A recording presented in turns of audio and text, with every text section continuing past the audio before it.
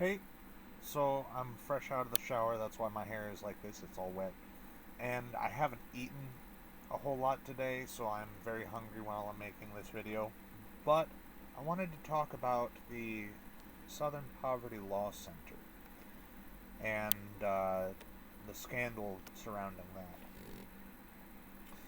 Now, if you are not aware, the Southern Poverty Law Center is an organization that receives funding specifically to document extremist hate groups and events that are orchestrated by extremist hate groups. Essentially, to oppose them, to educate the public about these groups and their events.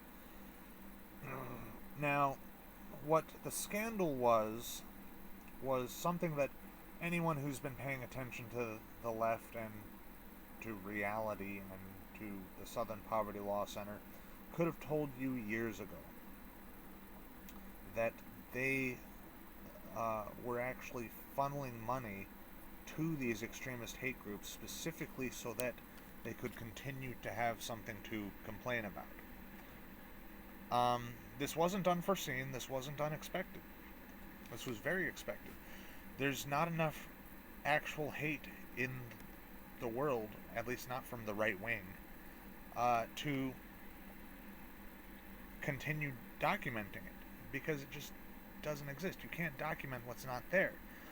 So the only way they could continue doing this and continue receiving funding for it is by ensuring that it does not go away, ensuring that it continues. And this was very simple logic. Anyone could have told you this was going to happen.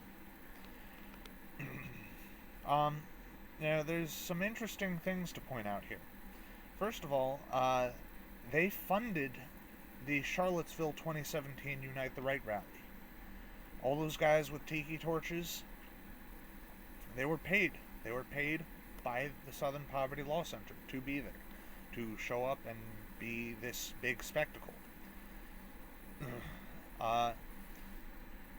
And of course, that event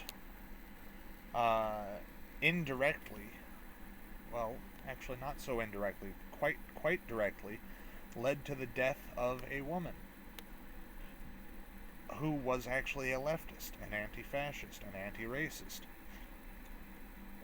And so really the Southern Poverty Law Center, in orchestrating the Unite the Right rally, is responsible for that death. And they have a higher body count than pretty much anyone on the right wing has now. Because of that. Because people on the right haven't been killing anyone. You could say that the man who hit the crowd with his car did that. I'm not going to get into that here. It didn't actually happen the way we were told it happened, and video actually confirms it.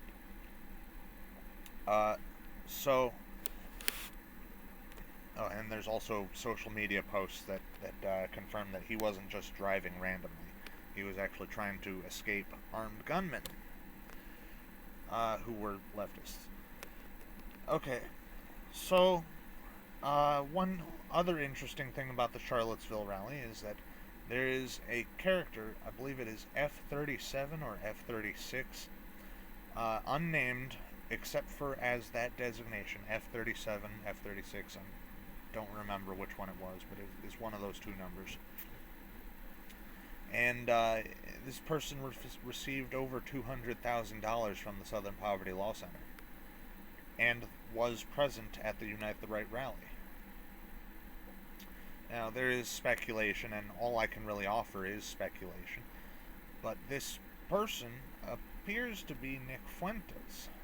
Nick Fuentes is funded by leftists in order to subvert the right, essentially. Now, if there was a clip that made its rounds back at the beginning of the year, not too long after the Piers Morgan interview that Fuentes did, of Fuentes saying some very pro-Israeli stuff. Some he essentially condemned people who agreed with what he said in the Piers Morgan interview. And he did not have the same attitude as he did when he was in the Piers Morgan interview. So it seems very fishy. And people were saying that he received $7,000 from Mossad or from Israel just to say these things. And that's possible.